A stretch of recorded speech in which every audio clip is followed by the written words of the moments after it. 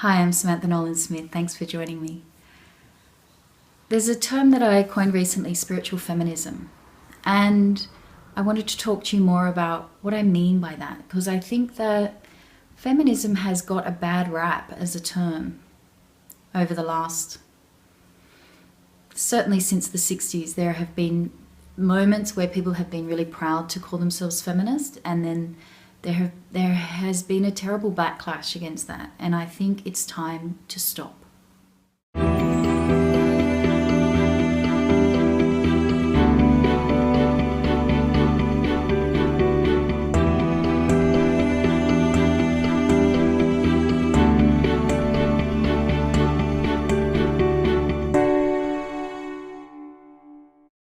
Spiritual feminism I came up with, there is a term, feminist spirituality, and I believe that refers to looking at spirituality with a feminist lens and kind of looking at, perhaps it kind of veers into the realm of the goddesses and so forth, and really celebrating the feminine in spirituality. And that's not what I'm speaking about when I speak about spiritual feminism.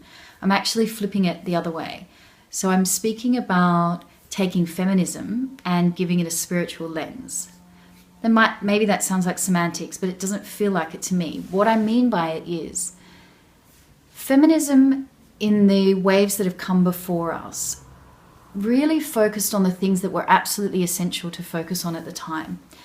Namely, things like the right to vote, the right to decide what happens to our own bodies as women, the right to be paid equal pay for equal work.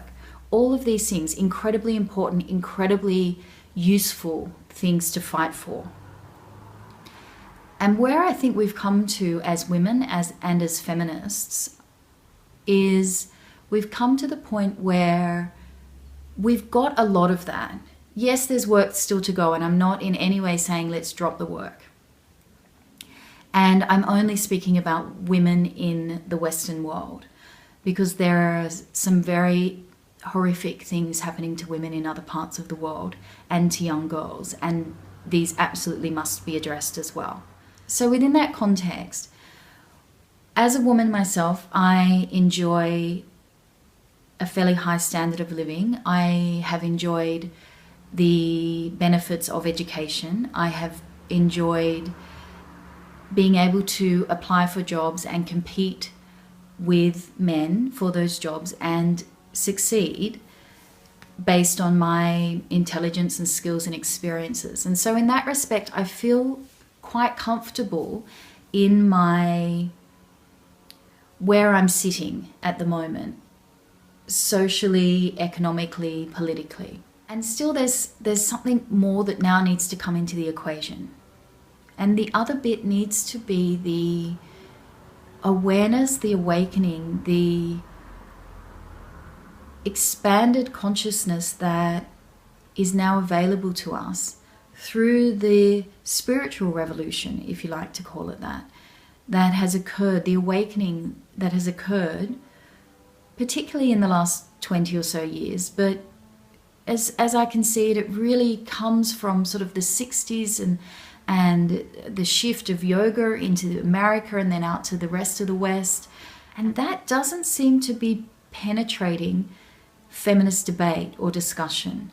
And what do I mean by feminist debate or discussion? I mean discussion or debate about women, about women's rights, about the advancement and empowerment of women.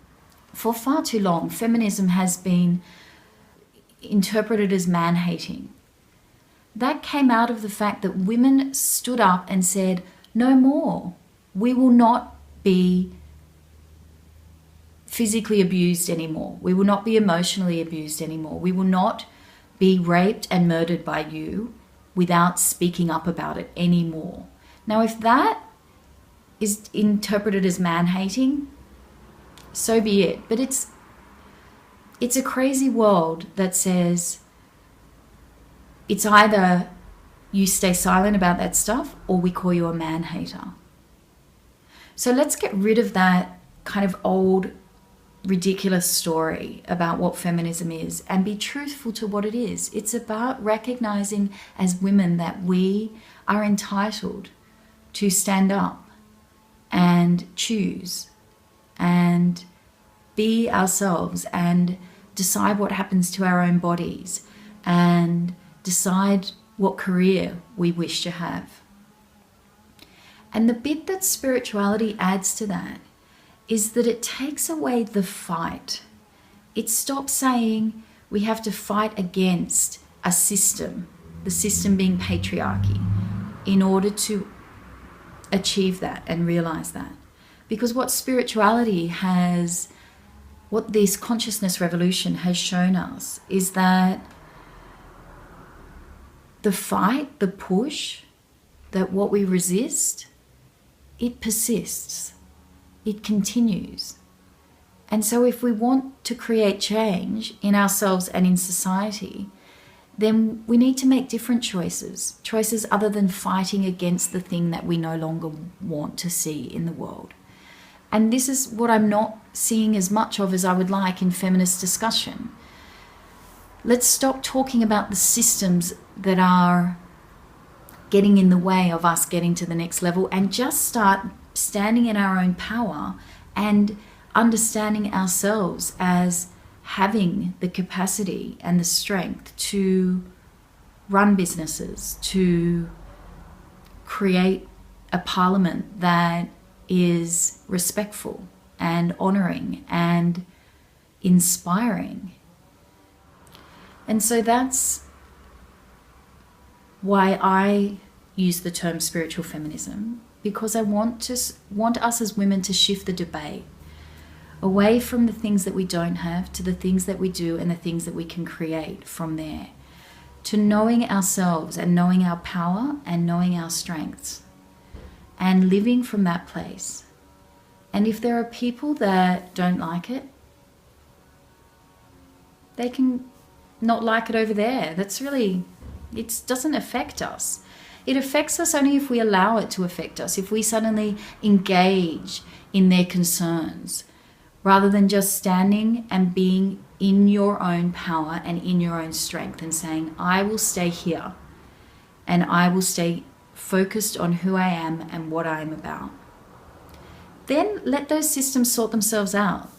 Maybe we'll end up with corporations which only have men in them because women just refuse to work in them anymore. Maybe. Let's take this to the personal. My husband and I both work 4 days a week and look after our daughter 1 day each. So she has 2 days a week with one of us, 3 days a week in childcare. That wasn't necessarily the way it was going to pan out. When we first had our daughter, it would have been very easy for me to, because I took maternity leave for a number of months, it would have been very easy for me to come at that from a place of disempowerment and fighting against and saying, oh, he works all the time, I'm stuck at home with her, I'm the one who has to do all the domestic chores and take care of everything around the house and blah, blah, blah, blah. And because I work from home and I don't have a boss, then assume that somehow I'm then going to have to take the full responsibility for our child. But I didn't do that because I don't fight against. I stood in my own space and said, what is it that I want? What's the world that I want to create? And I knew that I wanted to do 4 day, exactly as we now have it. And so I asked, would that be something you're open to? Because I have respect for myself and my own business and my own life. I stood in a place of inviting equal to meet me in terms of domestic chores, in terms of parental responsibilities. And so we've come together in that way. This is exactly what I'm asking women to consider doing in their own lives and for the feminist movement to do in its discussions with whatever the power structures might be, whether it be government or corporations, to assume that you come from a place of self-respect and awareness and consciousness, and that you have the power to change your world, however small or large that may be, and then to negotiate at that level with a focus on what you want, not on what you don't want. So I hope more people will start to really think about their own lives as women from this perspective, this informed perspective that spirituality gives you, of how strong and powerful you are.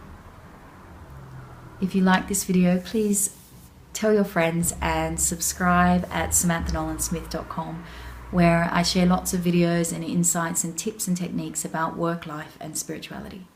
Thanks very much.